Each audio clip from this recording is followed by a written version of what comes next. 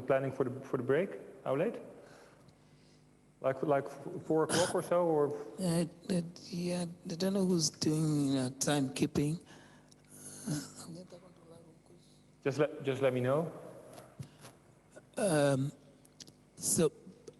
Portanto, ele terminou uma parte da apresentação e estávamos aqui a querer ver a que horas é que seria o próximo intervalo, mas eu vejo que é totalmente perceptível que depois do almoço nós nos sintamos assim um pouco cansados e com sono, e como não temos ninguém que está aqui, o meu colega teve que sair para resolver uma emergência com outro consultor que chega hoje, mas está com alguns problemas no aeroporto relativamente ao visto, mas ele já foi lá para tentar resolver esse problema.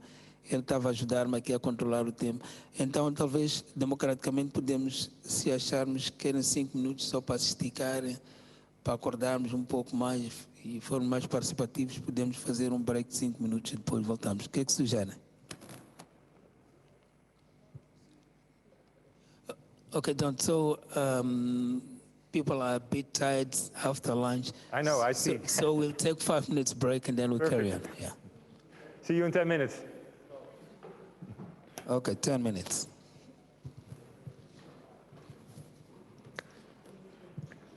Yes.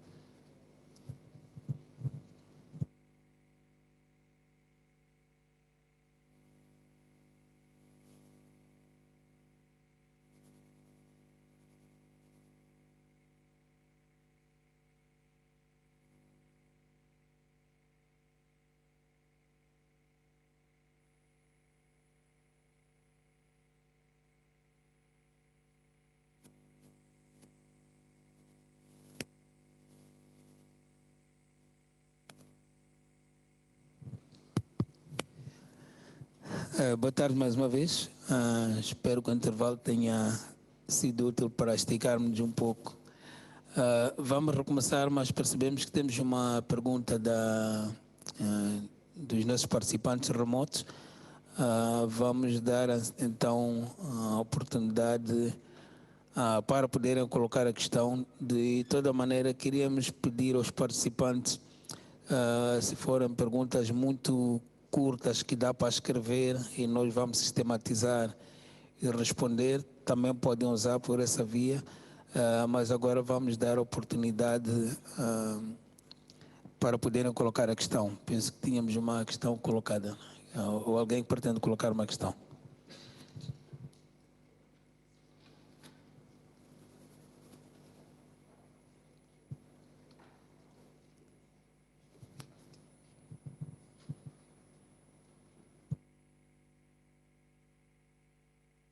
Assim, boa tarde.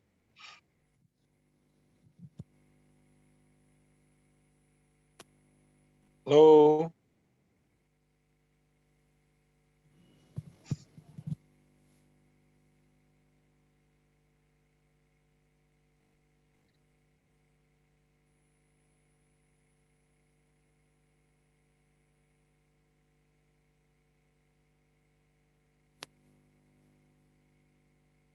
Tá sim, boa tarde. Senhor Pércio, temos a indicação de que o senhor Pércio quer colocar uma questão. Pode colocar, se faz favor.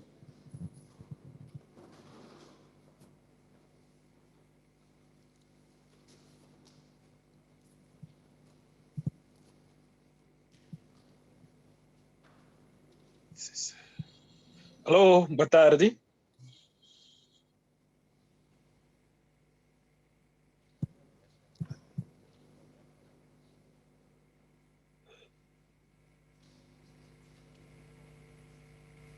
Tá sim, boa tarde.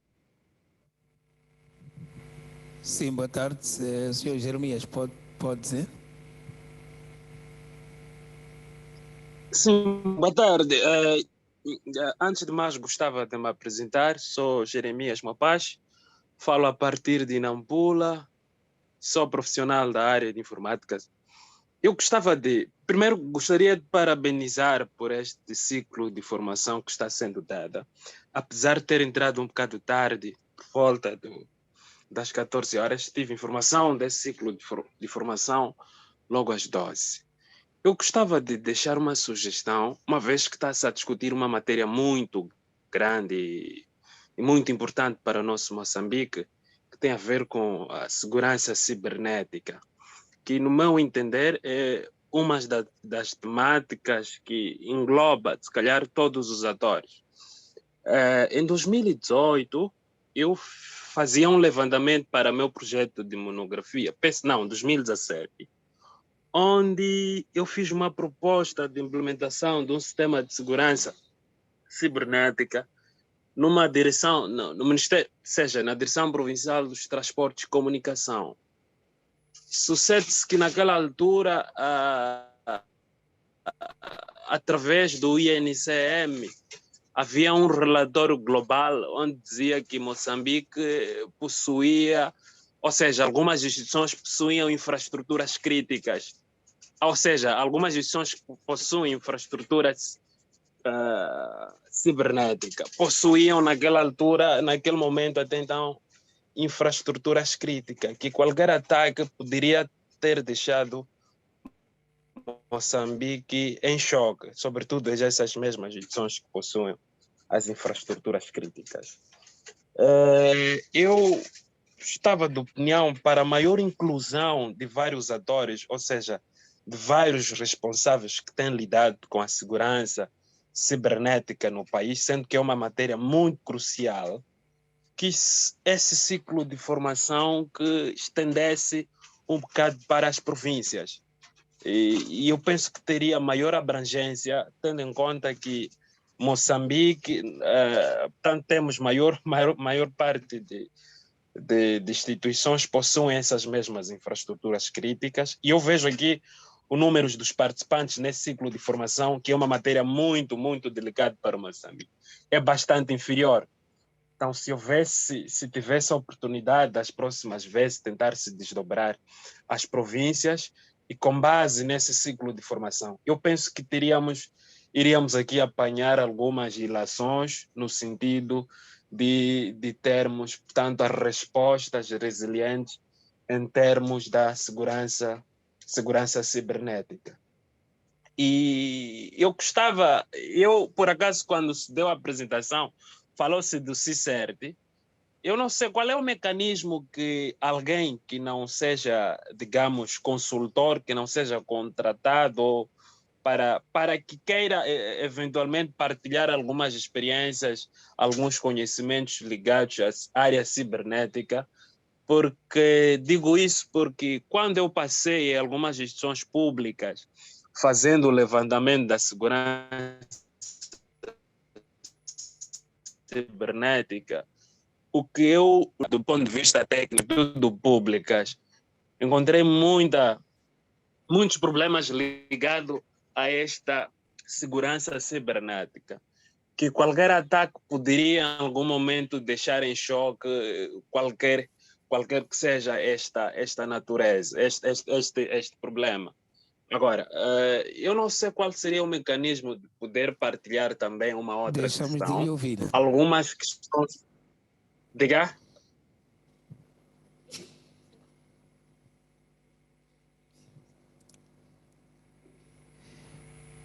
Senhor Jeremias, deixamos de lhe ouvir, mas penso que ficou o essencial. Nós já entendemos as recomendações que faz.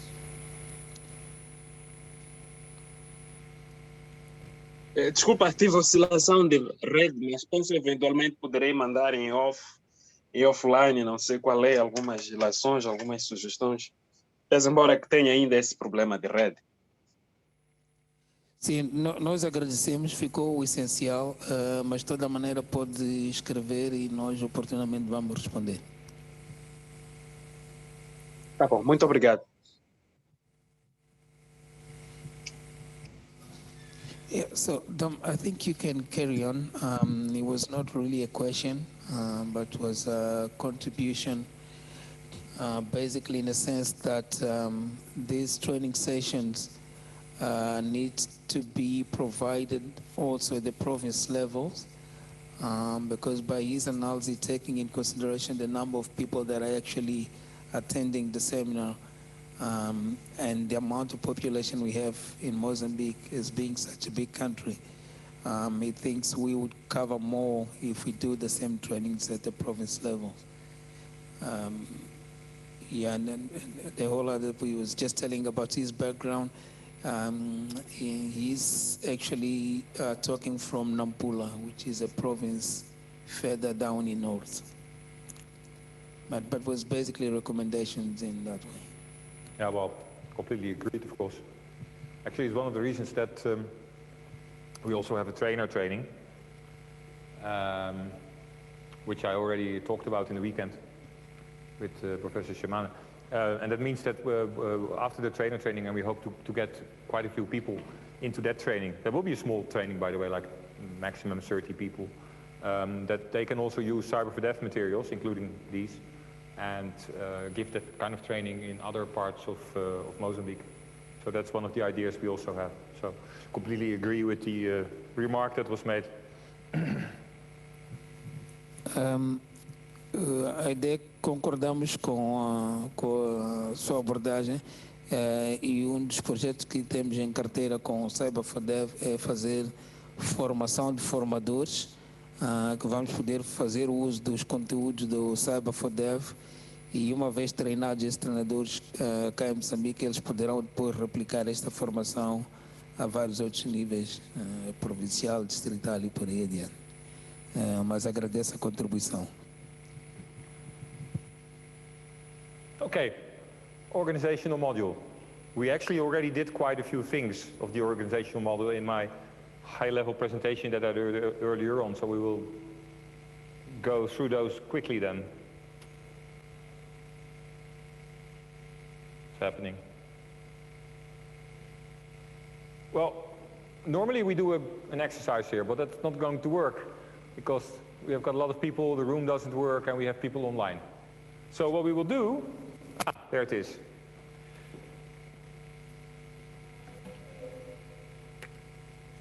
Okay, it works. Vai tocar agora nos aspectos organizacionais, embora quando fez a apresentação assim do nível superficial falou um pouco, e quando tipicamente dão esta formação, nesta secção faço um exercício, mas uma vez pela composição da sala e também tendo em conta que temos pessoas que estão a participar remotamente, ele vai explicar um pouco no quadro. So, I will just ask, what is it, and we're talking about networks, computers, information, right? Cybersecurity. But what is it you actually want to protect? And you can just, if you give it in Portuguese, not too fast, if you give it in Portuguese to Sergio, then if you translate it to English, I can write them down. So, you can also say it in English, of course, whatever you like. What do you want to protect? Uma vez estamos a falar aqui de cibersegurança e computação, sistemas de informação, ele queria saber o que é que nós efetivamente queremos proteger. Então, poderão responder ou em inglês diretamente, ele vai escrever ali, ou então poderão fazer em português, vão listar aquilo que acham que queremos proteger e eu vou tentar traduzir para ele.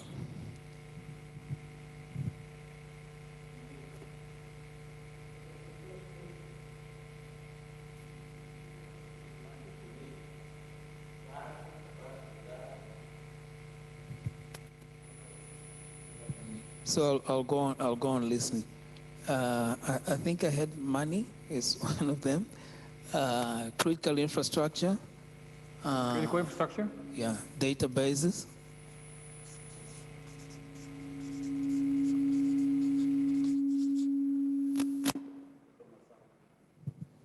Information.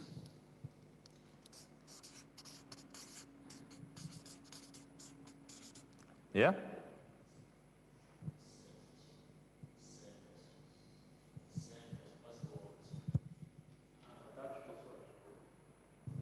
Passwords. Oh, yeah, sure. Personal data.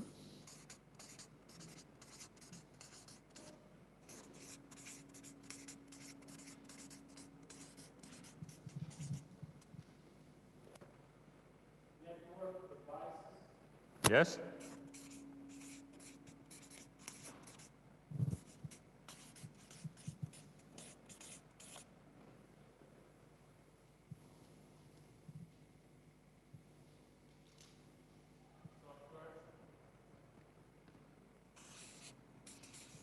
Software?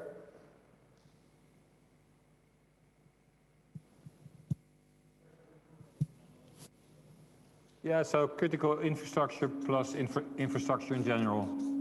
Yes?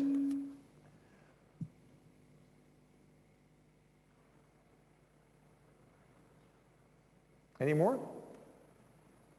It's not about right or wrong. You see, it becomes a very long list. What was that? Government? Yeah. You could even say governance in general.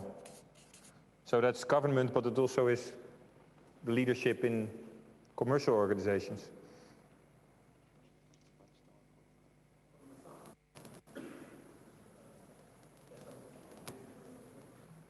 I heard business and another one I didn't. Business?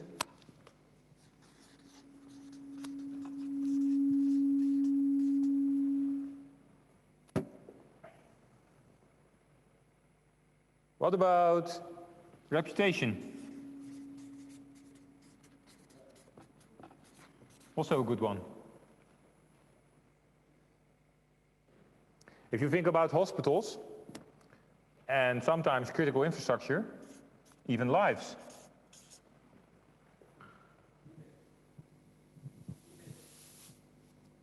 EBIS? Oh, emails. Yeah, let's info plus data plus emails. Yes, absolutely. So I think my piece of paper is full, but you see, once you start thinking about it, it goes all the way from info, data, emails, software, network devices. It goes all the way to, yeah, money, of course, infrastructures,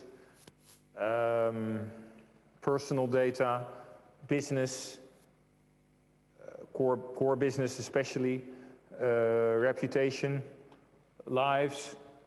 So you have quite a lot to protect. It's actually a nice exercise to do when you start the CSIRT, just to sit together and say, hey, what are we actually protecting? Do we know? And you will see that different people will have different opinions. Então, tivemos ali aquela folha totalmente preenchida. Tivemos dos nossos participantes remotos, alguém que também mencionou os recursos humanos, penso que de alguma forma está ali.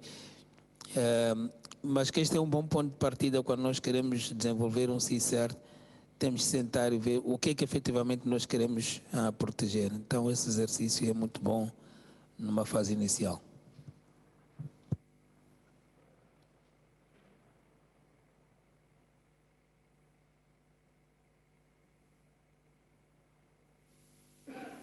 So we already talked about this morning, CSIRT, and all the other names, Computer Security Incident Response Team. But what does that mean? Well, basically when you do things the CSIRT way, you work on incident response, right, and incident prevention. But to do it the CSIRT way, you are organizing a few important things. And you're organizing at least those four. The first one is awareness. IM is incident management. Incident management. Awareness for incident management on all the levels in an organization. Highest level, all the way down. You organize that. That's number one. Number two, you organize authority, power. Because as a CSIRT, you need to have some power to do things. If you are a CSIRT inside an organization, maybe you want to unplug something.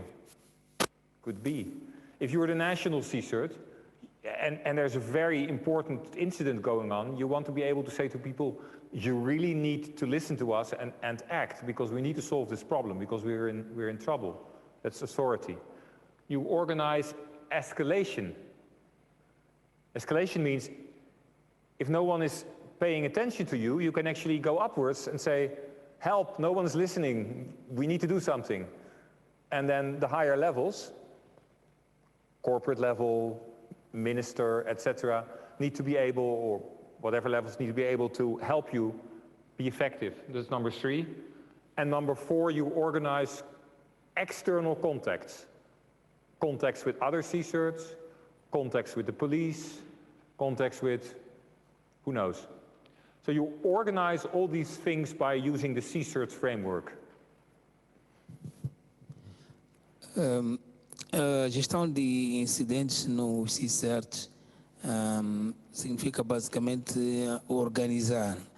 Então, podemos organizar, do ponto de vista de campanhas de sensibilização, que devem ser feitas a todos os níveis, para a gestão de incidentes, IM, que é gestão de incidentes, nós precisamos ter autoridade. Nós temos que, se estivermos a funcionar dentro de uma determinada organização, eventualmente precisamos desligar um cabo, mas temos que ter autoridade para tal. Se formos um CSIRT a nível nacional, também precisamos ter autoridade perante os nosso público-alvo, o constituency. Mas também temos que nos organizar para ter mecanismos para escalar um problema. Se nós estamos a tentar resolver a um certo nível e ninguém nos dá atenção, como é que nós vamos escalar isso para um nível superior? E depois também temos que organizar a nossa lista de contactos exteriores, né? Outros CSIRTs, questões de políticas e por aí adiante.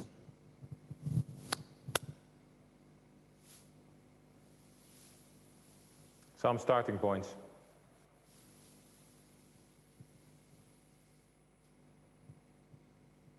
You know this one, we talked about it.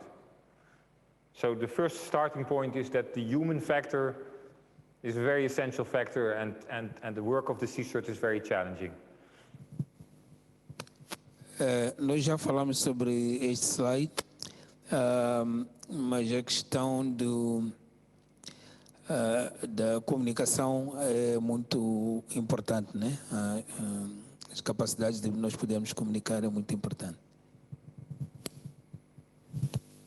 We talked about this one as well. We talked about all the names, so we don't have to do that again. But this was the important thing. What's in a name? You must have this capability to react to incidents, because this is the point. You have no choice. When an incident happens, you got to react. So if you're a company, for instance, or you're a ministry, and there's an incident, you need to react. If you have not organized anything, I'll take this company here.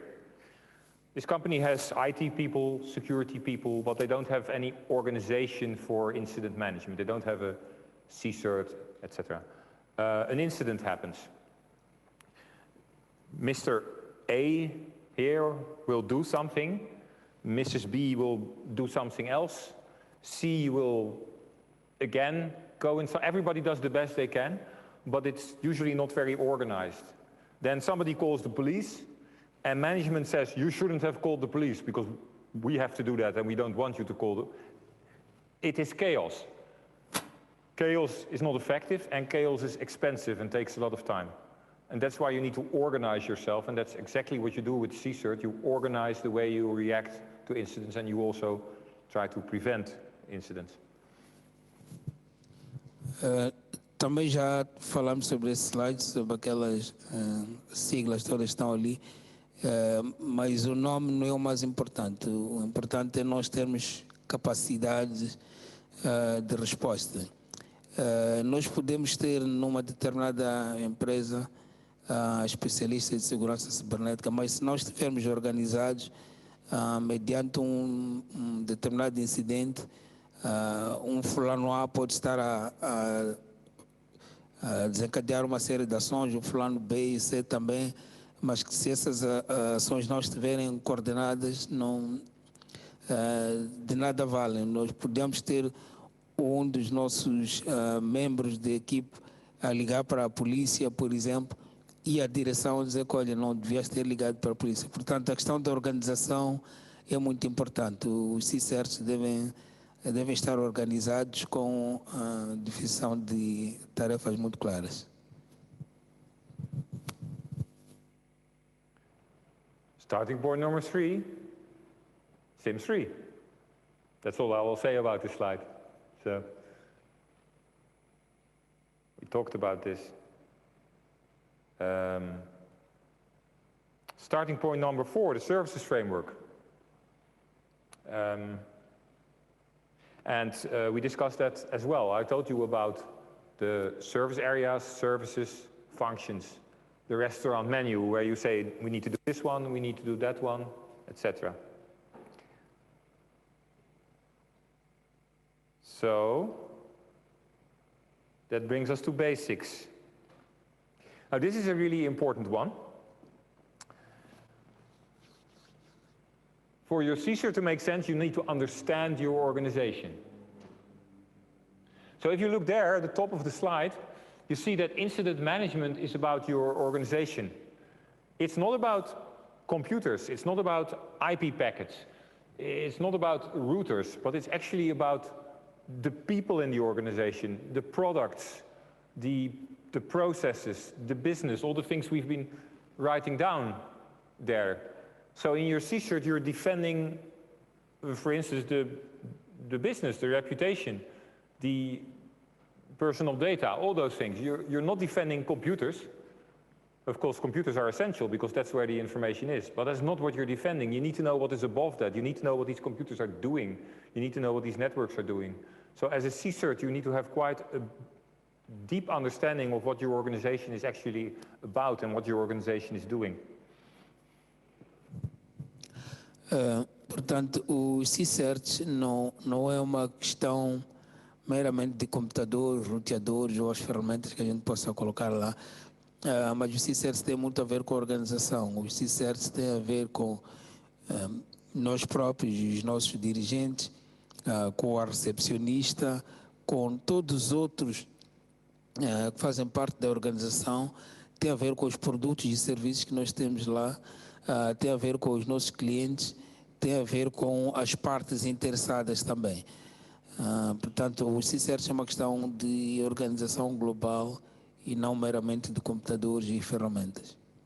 Okay, and this is the baseline. Your CSIRT wants to prevent and cure incidents, right?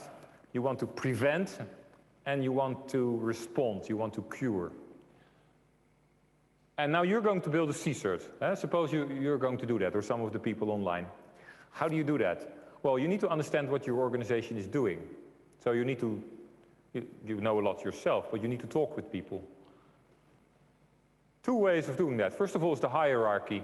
So who's in charge, in what department, and I'm going to talk with the boss or the manager, and I'm going to find out what's happening. That's number one. That's fine. You need to do that. And then number two is the maze. Who are the key people you need to persuade? Managers are always important, but they're not always the key people. What I find is in any organization that you work with, if you want to build something like a CSIRT, you need to find some of the people who, for whatever reason, are very important to security, cybersecurity, or the organization. You need to find out who they are, what they do, and you can simply find, maybe you already know, or otherwise you simply find out by asking. Because my experience is that every organization has some key people who are not somewhere high in the chain of command, but they have 30 years of experience, they have some very special expertise, they have worked in an organization since they were 16. There are many reasons why some people in some positions are key, and if you can convince those people and get them along with you, together with the hierarchy, you will be much faster in making your CSIRT to a success. Quando nós temos CSIRT, uma equipe de resposta a incidentes, o nosso objetivo primário é prevenir e também remediar os incidentes. Então nós precisamos conhecer a organização como um todo, saber como é que ela funciona hierarquicamente, as estruturas de liderança, quem é responsável por o quê, mas também precisamos saber quais são as suas chaves dentro da organização. Podem ser por vários fatores, elas podem ser pessoas chaves porque já trabalham na organização há muito tempo, ou porque têm uma certa perícia numa determinada área, portanto as razões podem ser várias. E falando com essas pessoas nós podemos ou colher informação daquilo que nós já sabíamos ou até aprender sobre novos fatores com essas pessoas chaves dentro da organização.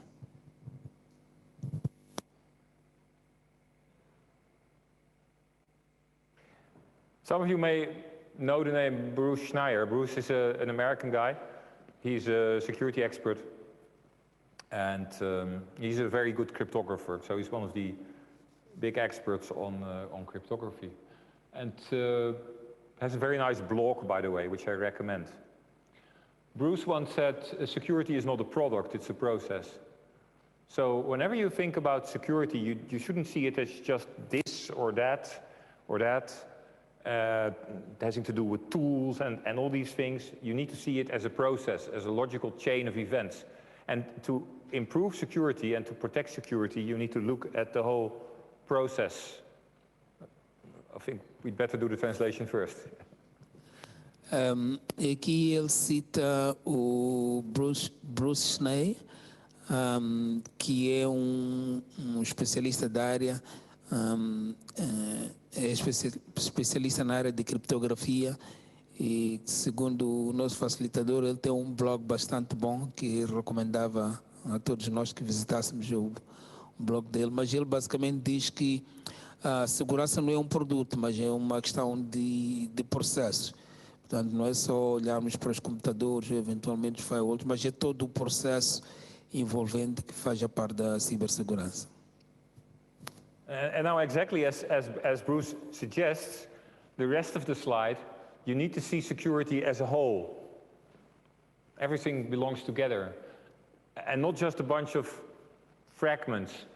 So what I wrote down there is all the fragments. You have information security, of course. With everybody involved, the CSIRT, the security officer, the IT department, the SOC, whatever, all information security. You have physical security, guards, locked doors. All your computers are more or less secure thanks to physical security. You have risk management. What's the problems that are there? What are the biggest risks for our organization? These are usually different people who think about risk management. Maybe if you're a big organization, government or a big company, you have crisis management. When there's a really big problem, which could also be a security incident, how does that work? That's crisis management. And then finally you have business continuity management, BCM. That means if things break down, what's the process of getting everything up and running again? That's business continuity management. All those things belong to security. And if you really want to protect your security and make your CSIRT effective as part of that, you need to see all of this together, and you need to make sure that all these actors talk together and help you make your CSIRT effective. Portanto, a questão da segurança cibernética deve ser vista como um todo. E ali listamos alguns, temos o CISO, temos o próprio CSIRT, temos o nosso departamento de TI, o próprio SOC, temos que olhar para a questão da segurança física, temos que olhar para questões de análise de risco e gestão de risco, temos que olhar para questões de gestão de crises e, por fim, a questão da continuidade do negócio. Então, para que seja um CSIRT de facto efetivo e para mitigar as questões de cibersegurança, é preciso olharmos para a segurança como um todo, tendo em conta aqueles pontos que foram ali listados. And now one of the most difficult challenges is, at least often, one of the most difficult challenges is this one. End responsible is the board or the CEO or the minister or the prime minister or whoever. End responsible, right? So they're not doing the work in cybersecurity, but they need to understand that the responsibility is at the highest level. Because if you're at the highest level, you're responsible for the whole organization. And that includes security, because if security goes wrong, all these things can be compromised. Money, business, reputation, lives, etc. And that's why the highest level needs to understand that they are end responsible, and you need to get their cooperation, their buy-in, you need to get their stamp. And that's why it was so good that the minister, honorable minister, was here today, showing like what he did. I'm the minister and I feel responsible for this, and that's why I'm opening this. And this is really essential in any organization to get the highest level involved. Ponto crucial é nós conseguirmos ter o envolvimento das lideranças. É preciso que eles percebam que esta matéria de cibersegurança, em última instância, é a responsabilidade deles. Sendo eles responsáveis pela entidade, então eles são responsáveis por toda a cadeia de cibersegurança dentro da instituição ou da empresa. E reforço aqui que o facto de Sua Excelência o Ministro ter estado aqui na cerimônia da abertura mostra de facto que aqui no país, no nível superior, já se percebe e entende-se que os líderes são responsáveis. Sem o patrocínio deles, sem que eles estejam envolvidos, toda aquela lista que nós colocamos ali, ela é facilmente comprometida. Oh yes, needs explaining. CSIRT as spaceship. What am I talking about? So just take any organization where there is a board and accountants and IT department and physical security and departments or divisions that are under here somewhere. Then you need to deal with security incidents. with the CSIRT. So why do I say that the CSIRT is a spaceship? I'll explain. Suppose there is a security incident. I don't know. Somewhere there's a department here. Somewhere down here there's a security incident. It's a big incident. That means the CSIRT needs to get involved. Now, if this department would first have to, for instance, physical security, if this department would have to report to the manager of physical security, and the manager of physical security would need to report to the board, and the board would need to report or would have to tell the security officer to get into action, and the security officer needs to tell the CSIRT to get into action, then it is 2 weeks later and nothing happens. So you can't work in a hierarchical way if you want to make a CSIRT effective. The CSIRT needs to be able, like a spaceship, when there is an incident, it needs to be able to lift off and go to the department. It doesn't have to be physically, it can also be online. It needs to be able to go there and help them solve the problem. So you need to make sure that wherever a CSIRT, whatever organization it is in, it needs to be able to act almost like a spaceship. It needs to be able to have direct security contacts. That's the thing. So national CSIRT or your own CSIRT, governmental, sector, company, you need to have good security contacts everywhere in your constituency, people you work for, so that if there is a problem, you can get direct in touch, and they can also report direct to you. So it cannot go through the hierarchy, it needs to go direct. And that's what we mean when we say the CSIRT needs to be like a spaceship. Neste exemplo, mostra aquilo que tem sido a configuração de quase todas as empresas ou governos. Temos ali as lideranças, temos o público-alvo, temos o departamento de TI, temos a segurança física, e ali embaixo podia ter uma série de departamentos ou outras unidades funcionais da empresa. Mas ele traz aqui uma analogia em que estes CSIRTs têm que funcionar como uma espécie de uma nave. Porque se nós tivéssemos um departamento, por exemplo, embaixo da segurança física e houvesse um incidente, eles deviam reportar à segurança física, a segurança física talvez iria comunicar às lideranças, a liderança ia comunicar ao homem responsável pela cibersegurança, que é o CISO, e depois daí encaminhar aquele incidente para o departamento de TI ou para o SOC. Portanto, esse processo é muito longo e num ataque cibernético nós não temos este tempo todo.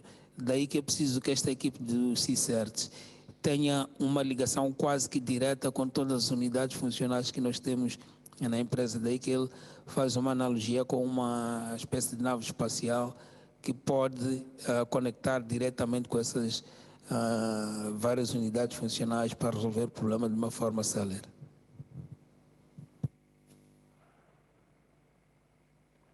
Okay, just an example. This bank doesn't exist, by the way.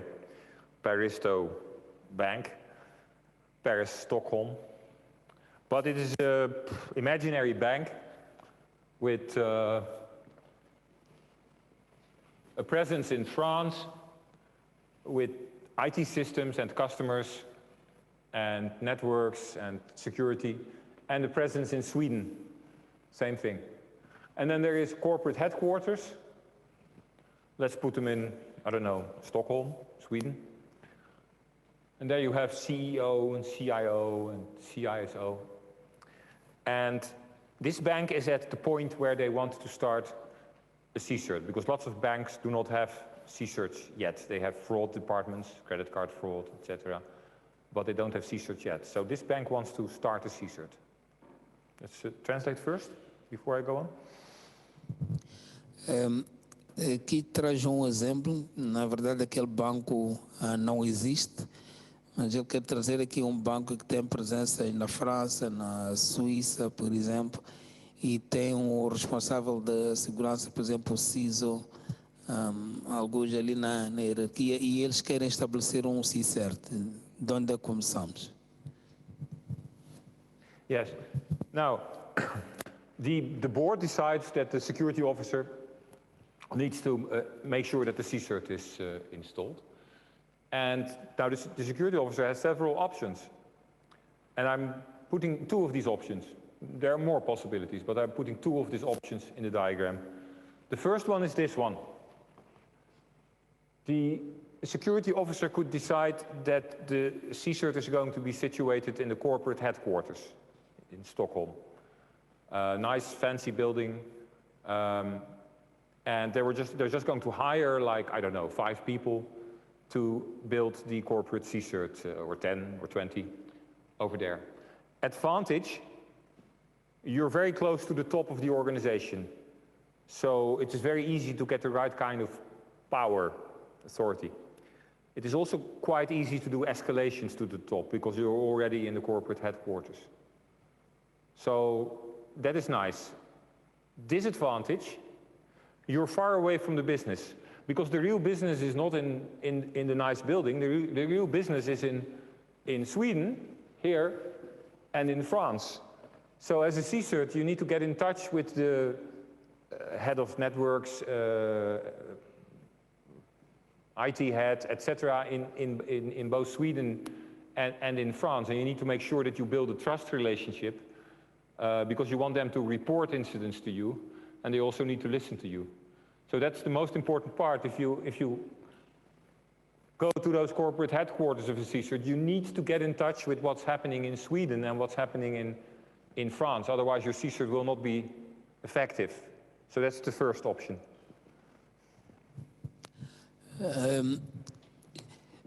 Para estabelecermos o CSIRT, podíamos ter várias abordagens. Por exemplo, as lideranças, o board pode decidir que o nosso CISO, que é o responsável pela segurança cibernética, vai tomar a decisão e eventualmente ele decide manter o CSIRT na sede da empresa.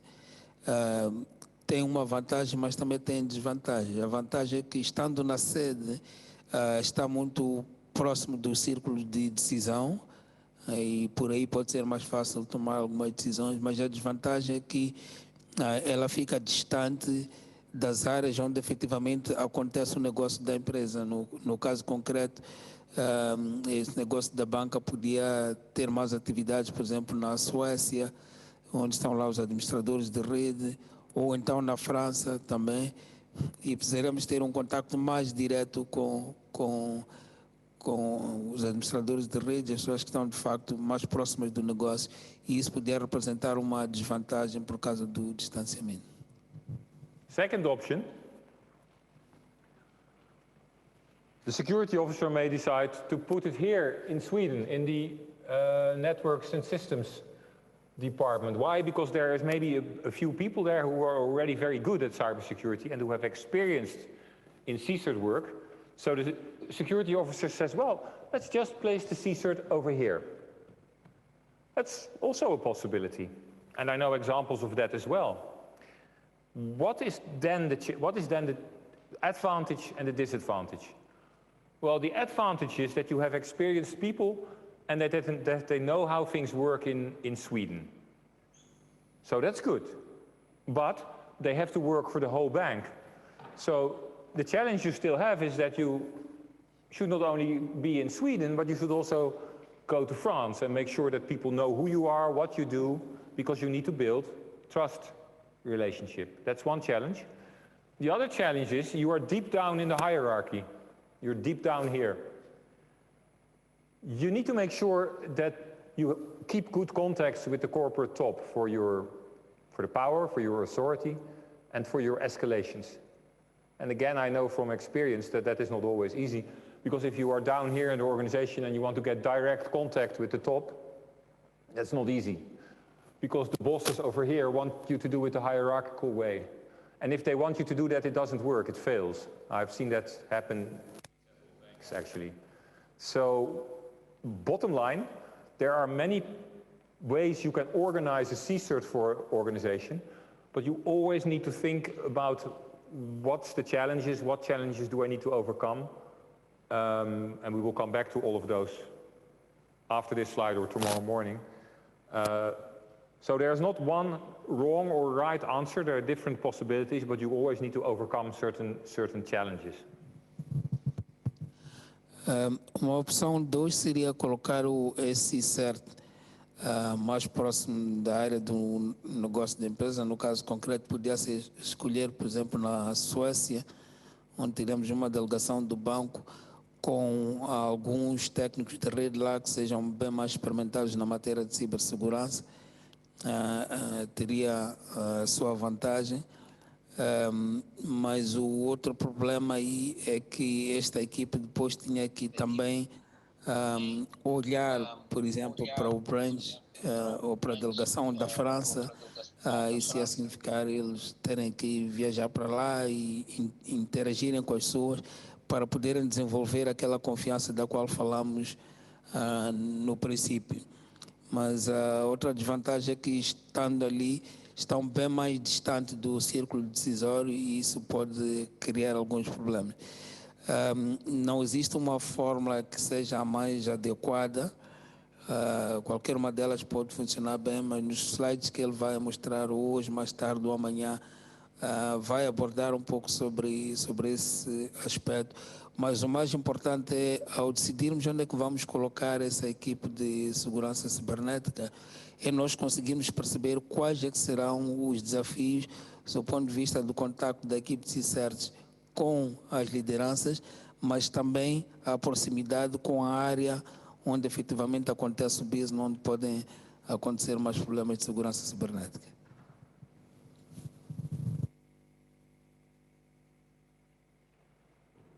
Now we go to the organizational factors, and basically we're also following there the organizational parameters from the SIM3 maturity framework. Would you like to? Agora ele vai tocar também mais em alguns aspectos organizacionais, também ligados um pouco com o modelo de maturidade SIM3 que nós vimos aqui. Okay, mandate. SIM3 parameter 01. Mandate. What is mandate in Portuguese? It's mandato. Mandato. Okay, it's the same word. So that's easy. You always need a mandate, and the mandate always needs to come from the highest level. Because you're defending the whole organization. So you need to have your mandate also from the management, the top, whatever that is, of your organization. If you're a national team, the best thing is if it's in legislation. It doesn't have to be right away. But for instance, INTIC is mentioned in the National Cybersecurity Strategy here in Mozambique. And more and more countries start putting the definition of their national CSIRT in their legislation. Well, for a commercial company, that's of course not the case. But for a commercial company, you need to make sure that the corporate level mandates your CSIRT. So the head of IT is not enough. It is great to start with the head of IT, because the head of IT obviously is very important, because most of the security has to do with IT. And you can start with the head of IT, but then you, together with the head of IT, you need to go to the top of the organization and say, hey, we need our mandate really to come from you, because you're responsible for the organization, and we're responsible to work on incidents for this, security incidents for this organization. Para as equipes de segurança cibernética, de resposta a incidentes cibernéticos funcionar bem, elas precisam ter um mandato. Esse mandato pode vir das lideranças. Devo fazer aqui uma analogia. Por acaso dos CSIRTs nacionais, no caso de Moçambique, não só escrevemos a política e a estratégia nacional de segurança cibernética, mas também a lei das transações eletrônicas já indica o INTIC como a entidade que deve dinamizar a questão dos CSIRTs e, por via disso, correr o CSIRT nacional. E começa a ser como hoje em vários países, que esses mandatos venham já estabelecidos numa lei ou regulamento. Para empresas ou organizações, as lideranças, o board, deve determinar o mandato. E ele faz aqui também a referência ao modelo de maturidade de CIM3. Um dos parâmetros, o parâmetro organizacional número 1 é de facto o mandato. Portanto, para nós termos INCERT, precisamos ter um mandato. Yes, and the picture, you need to go to the Faroes. Constituency number 2, O2. I've said it a few times. Constituency is who you work for. It's just a fancy word that we use for that. And if you see the examples there, the national team, or the team caring for critical information infrastructure, that's a type of constituency. So if you're the national team, your constituency is basically the whole country, or maybe the more critical parts of the infrastructure in the country.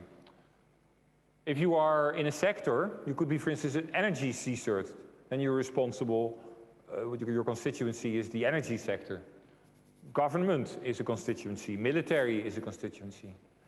Academia, you have the MORENET research network in research and education network here in Mozambique.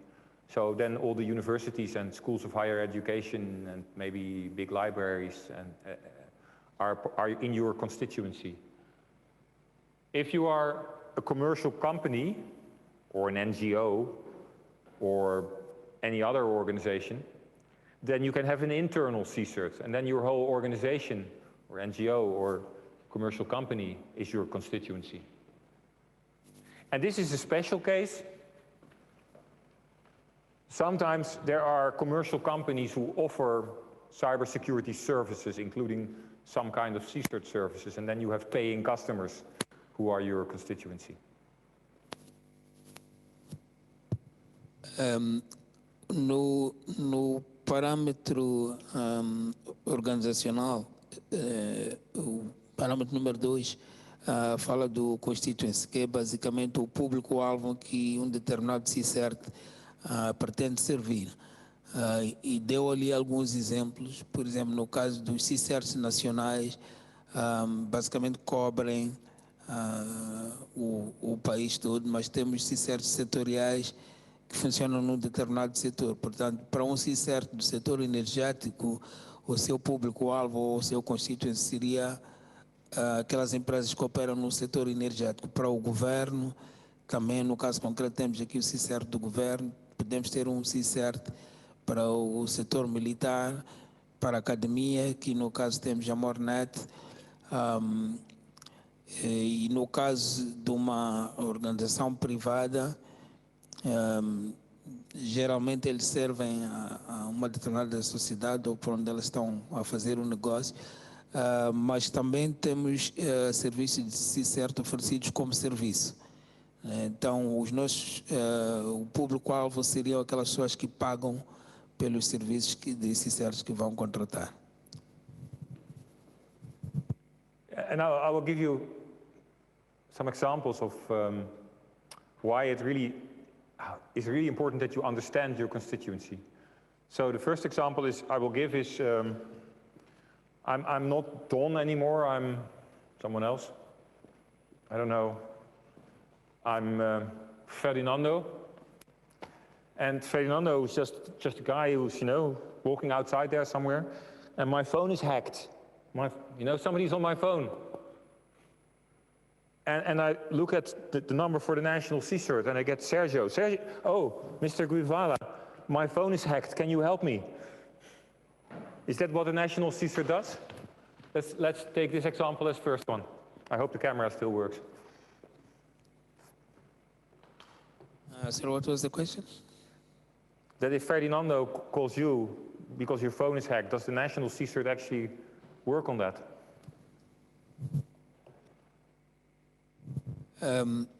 Bom, ele quer trazer aqui alguns exemplos, o porquê desta questão do público-alvo, o constituinte ser muito importante.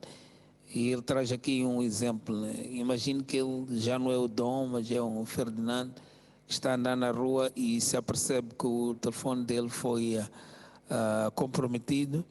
E o que ele faz? Será que ele vai pegar no telefone e ligar para o CSIRT nacional e dizer que, olha, o CSIRT nacional, o meu telefone foi comprometido. Então, esta é a pergunta que ele lança aqui para, no caso concreto, iria lançar para um CSIRT nacional. So, you want me to answer on that, or is just a question? Please, go ahead. Okay, so in our case, as we said in the beginning, we're still on the early stages of national CSIRTs, and what we're doing is actually to talk with the different sectors so that they can set up the sectoral CSIRT. So in such case, if we had sectoral CSIRTs on the telecommunication area, depending on how we report it, whether it's a financial, since we use the funds for different sort of activities. If it was a financial, then we would maybe direct him, or we would talk to the head of the financial CSIRT sector. And if it's telecommunication issues, also we talk with the sectoral CSIRT for so that they can help and sort the problem. I think that's what we would do. Yes. So you have in the beginning maybe 10 or 20 or 30 people. And if you are the national CSIRT, you cannot serve 30 million people or even more in Mozambique. So people who have a problem with their phone or their laptop with a virus will need to go somewhere else. So, but the main thing is you need to know who's in your constituency, and you have that clearly defined so that you know what you're supposed to do and what you're not supposed to do, so that you can also explain it to people who get in touch. And this doesn't only go for a national CSIRT.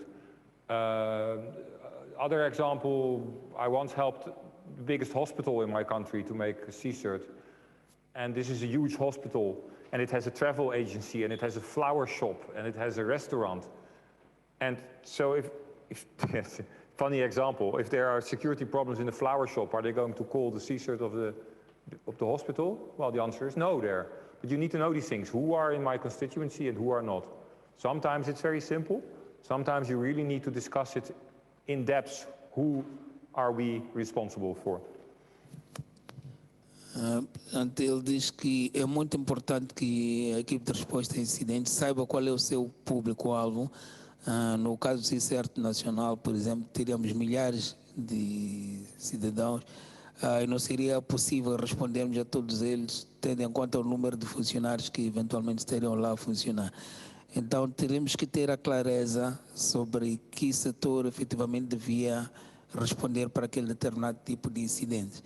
E dá um exemplo que aconteceu num hospital onde ele teve o privilégio de os ajudar a constituir uma equipe de segurança cibernética, e que esse hospital é muito grande, para além da parte de medicina, tem lá uma série de lojas, uns que vendem flores, restaurantes e por aí adiante. Então, se alguém vai ter, por exemplo, da florista, vai ter com a equipe de CSIRT do hospital e dizer que foi atacado, será que ele tem que responder àquele tipo de ataque? Então é preciso nós termos a clareza de qual é o nosso público-alvo, o nosso constituinte, e a quem que nós efetivamente servimos e que tipo de serviço é que nós podemos dar.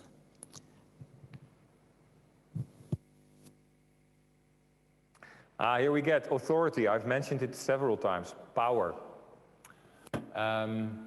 What is your team allowed to do by the highest management, right? Not only your mandate, but also your authority needs to come from the highest mandate. Depends on what kind of team you are.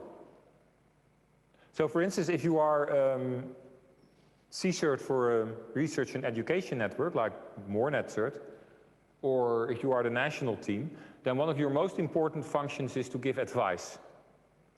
Because if you are a team that is working at such a high level, you're not going to solve the details of a problem somewhere in an organization in Mozambique, because they have to do that themselves. But you will give advice. You will say, hey, there's a problem, there's a security problem, you need to solve this, we give you some hints on where to look, and please tell us when you've solved it. That's the way it works. That's mostly advisory work. Shall we do that one first? E aqui voltamos a falar da questão da autoridade, né? O que é que essa equipe de resposta a incidentes está efetivamente permitida a fazer? Pode ser que eles façam apenas aconselhamento, e eles podem ir para uma situação em que há um ataque, eles estão a trabalhar num nível muito alto, não fazem trabalho técnico e de fazer lá a intervenção, mas eles podem ir lá aconselhar, dizer, olha, para este tipo de ataque é preciso contactar este ou aquele, tens de fazer isto, portanto vão fazer uma espécie de aconselhamento. Então nós temos que ter a clareza do serviço e daquilo que é o nosso mandato, o que é que nós somos permitidos a fazer. And then there are some other examples here. First one is power of escalation. That's a very important. You always need to have some kind of way to escalate, especially if you can't enforce. So again, if you are, for instance, the national CERT, where you give a lot of good advice to people, like, for instance, somebody in the energy sector, which is very important, of course, critical, and nothing is happening. I mean, it can happen. Sometimes it's very complicated to solve a problem. But the national CSIRT starts to get worried.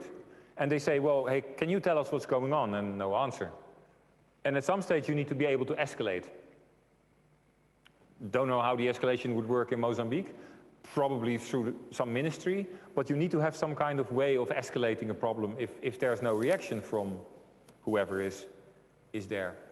And this is not just for a national CERT. It's also important in a big company or a university or a ministry, that if you as a CSIRT, you do the best you can to do your work, you give advice, you tell people what to do and how to do it, and then if there's no reaction, after some time you need to be able to say, they're not listening, what's going on? You need to do something, and for that you need the power of escalation. O segundo ponto que ele traz aqui, o terceiro, é o seguinte, sim, é o poder que nós temos para poder escalar esses problemas. Se, por exemplo, há um ataque e o CSIRT nacional vai lá e faz o aconselhamento e é preciso resolver aquele problema e não temos reação, como é que nós escalamos esse problema? Então é preciso haver mecanismos claros para escalarmos o problema e podemos reportar como uma determinada entidade foi notificada para resolver um problema e não está a fazer absolutamente nada. Então a questão de escalar o problema e ter o poder para fazer para poder escalar esse problema é também bastante importante. And the third one, as example here, is power of enforcement. So that's the strongest power. Then you can actually enforce something, or you can block people, or you can filter. So let's take an example. We have a big university here, and the university has made a CSIRT. Doesn't have to be a big team, but they have a CSIRT.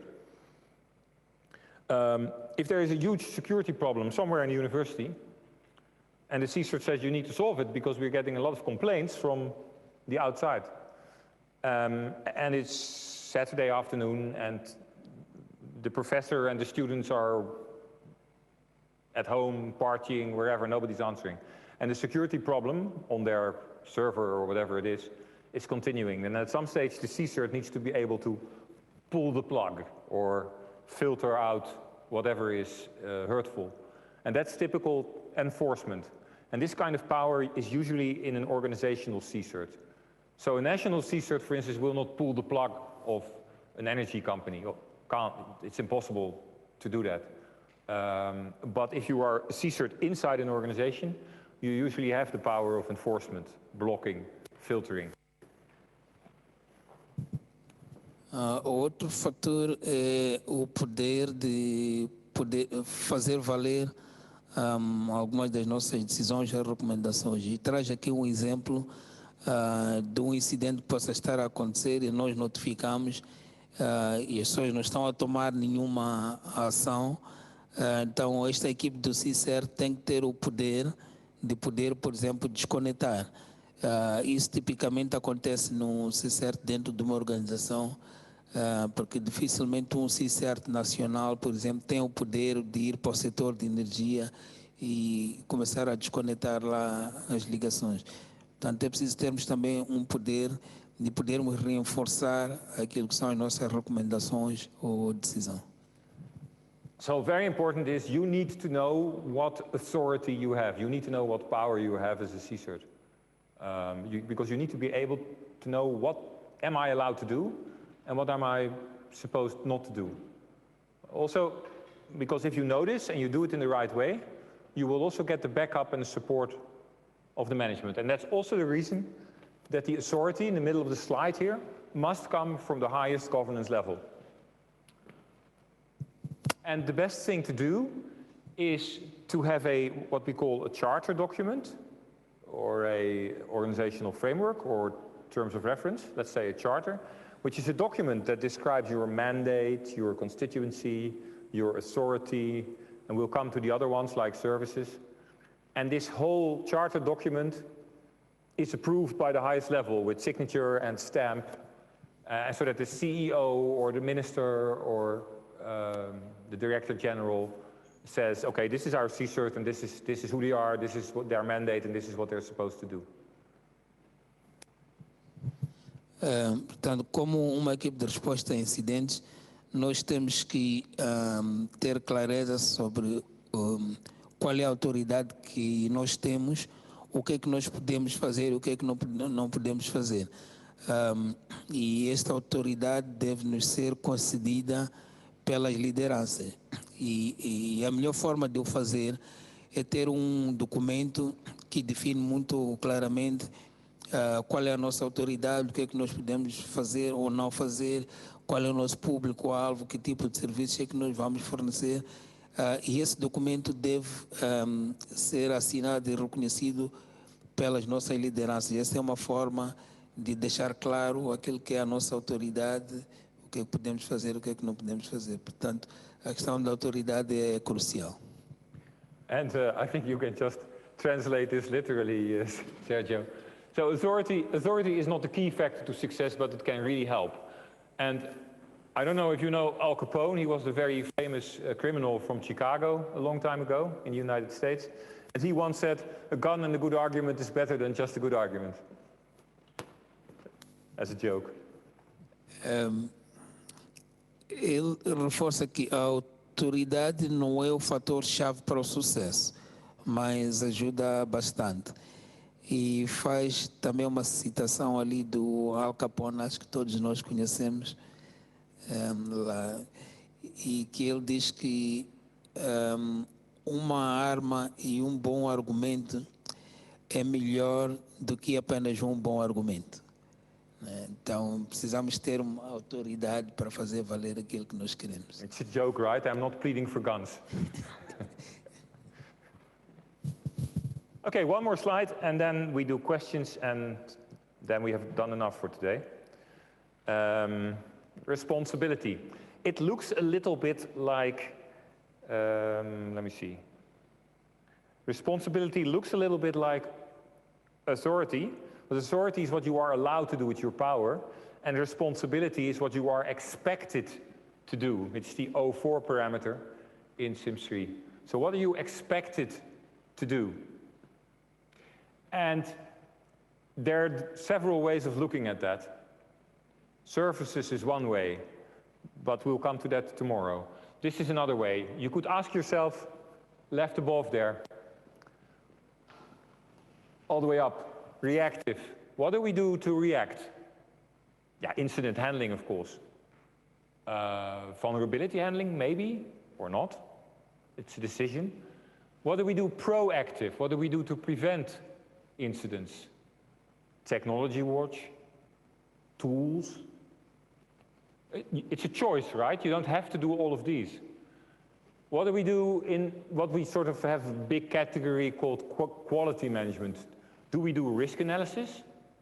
Most CSIRTs don't, but you can. Do we do education and training? If you can, very good idea. Do we do product evaluation? Probably not, but some teams do. So you need to make choices, because no team is responsible for all of these, but you need to choose, together with your management, what you are responsible for. And you need to have enough people to do it, right? If you have 3 people, it's not much you can do. If you have 30 people, you can do a lot more. Aqui falamos da responsabilidade muitas vezes confunde a autoridade e a responsabilidade. A autoridade é aquilo que nós somos permitidos a fazer, e enquanto que a responsabilidade é aquilo que se espera de nós, ou que se espera que a gente faça. E ele traz ali alguns exemplos. Por exemplo, quando nós estivermos na parte reativa, nós podemos fazer gestão de incidentes, podemos fazer alertas, podemos fazer gestão de vulnerabilidades, né? Aquela lista toda que nós temos ali, mas nós podemos, por exemplo, olhar só para a parte proativa, podemos fazer auditorias, podemos fazer gestão de ferramentas, toda aquela lista que nós temos ali, detecção de intrusão. Na parte de gestão qualitativa, podemos fazer análise de riscos, continuidade de negócio, portanto, aquela lista toda que nós temos ali. O mais importante é nós percebermos que nós não temos que fazer tudo aquilo, nós podemos escolher quais são os serviços que nós vamos oferecer, e esta passa a ser, no entanto, a nossa responsabilidade. E nós já escolhermos esses serviços depende muito dos recursos que nós temos, não só em termos qualitativos, mas também quantitativos, e temos que ter a anuência das nossas lideranças. Então, temos que ter muito claro aquilo que nós vamos oferecer, ou que nos propusemos a oferecer como serviço, e isso passa a ser a nossa responsabilidade. E ele antes dizia que este é o último slide, depois vai abrir uma sessão para perguntas e respostas, e depois vamos terminar a sessão 2. And I'll end with an important warning. So if this is your authority, so if this is what you're allowed to do and you have power for, yeah, this, then your responsibility is always bigger than your power. So if your responsibility is this, that's probably fine. There's a little difference. There are some things you're responsible for, you don't have direct power for them, but the gap is not too big.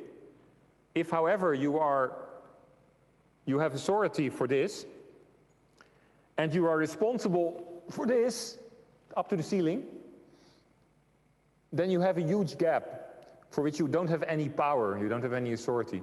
And then you are responsible for a lot of things where you really have no way of making sure that it happens. So when you discuss these things with your management, with your governance, you need to make sure that the gap between what you have authority for and what you're responsible for, that the gap is not too big.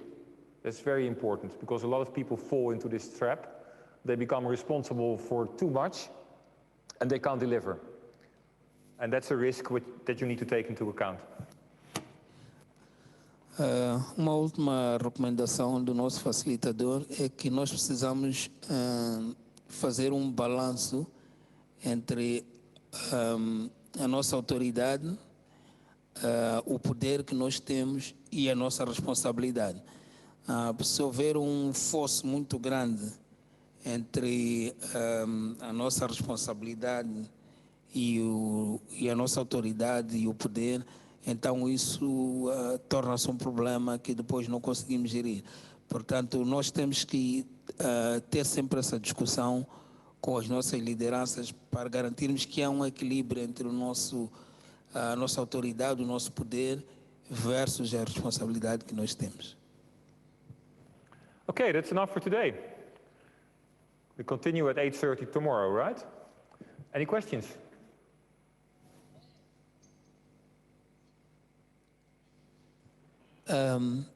Por hoje é tudo que ele tinha a apresentar, e está aberto a questões. Se tiverem alguma questão, poderão colocar.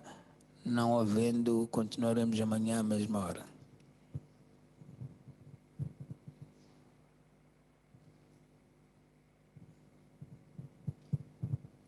It was a pretty long day.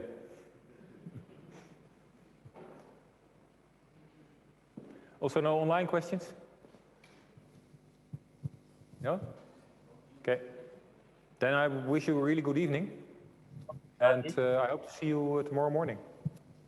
Thank you.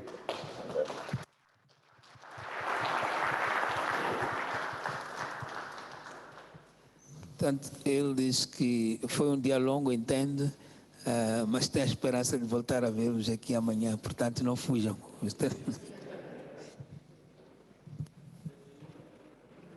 Thank you too.